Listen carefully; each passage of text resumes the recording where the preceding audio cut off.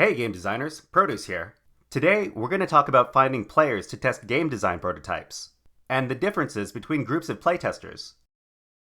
After you've worked hard to create a game prototype, how do you find people to playtest the prototype and tell you whether it's fun or not? However, for playtesting purposes, it's not just about finding players, it's finding the right players. Today, we'll discuss the pros and cons of playtesting with the following three groups of people. Strangers, gamers you would find at game stores and hobby shops. Family and friends. Other game designers. We'll start by talking about playtesting with strangers. There are plenty of gamers at local game stores and hobby shops, and the biggest pro and con to these gamers is that they don't have any social relationship with you.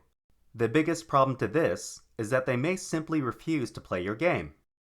And even if they do, it's not uncommon for them to be distracted or just stop playing in the middle of a game if they're not engaged with it.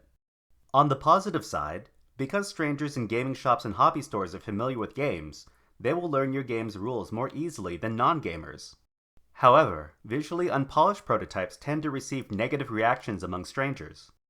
Feedback is another point where strangers are a mixed bag. Strangers will give you honest and objective feedback, but the feedback they provide isn't likely to be very in-depth.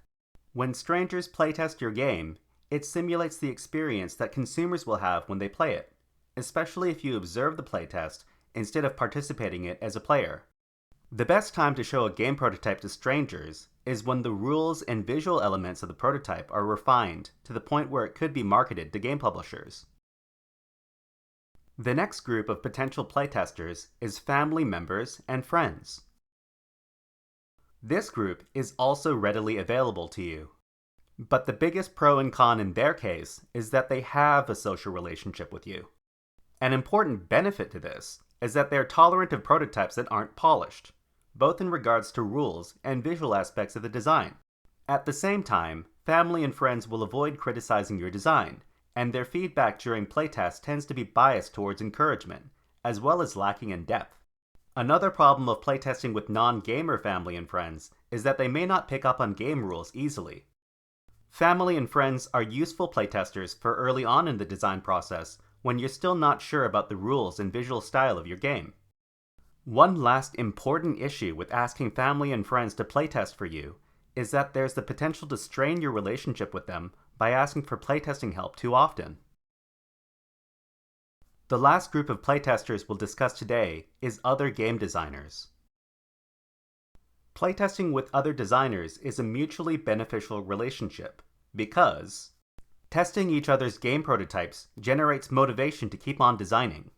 In addition, game designers are tolerant of prototypes that are visually rough or rules that are unpolished because they are familiar with the prototyping process. However, some game designers are hesitant about showing their designs to others because they are concerned about people stealing their ideas. This is possible, but reputation is very important in the game designer community, and designers who are caught stealing game designs from other designers are ostracized.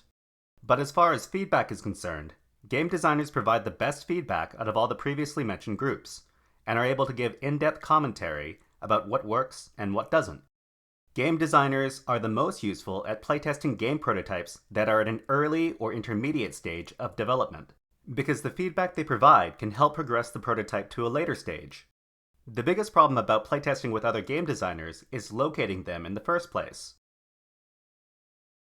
Our final topic for today is, if other game designers make for such good playtesters, where exactly do we find them? An old school approach would be to make a looking for game designers flyer, then posting it on bulletin boards at various locations around your city, such as community centers or hobby game stores. The big advantage to this method is that it's likely that any person who responds will be local to your city. A far easier way to find game designers is to search online, on websites such as Google, Facebook, or Reddit, and do a search for board game design. Add the name of your city to your search, and you may be able to find an established group of game designers in your city.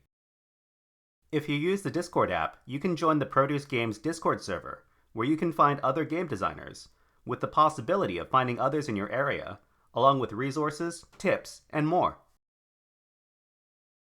Let's emphasize that anyone that takes time and effort to playtest your game prototype is doing you a favor, so you should appreciate their help, even if they say your rules aren't working, and even if they say your game is confusing or boring.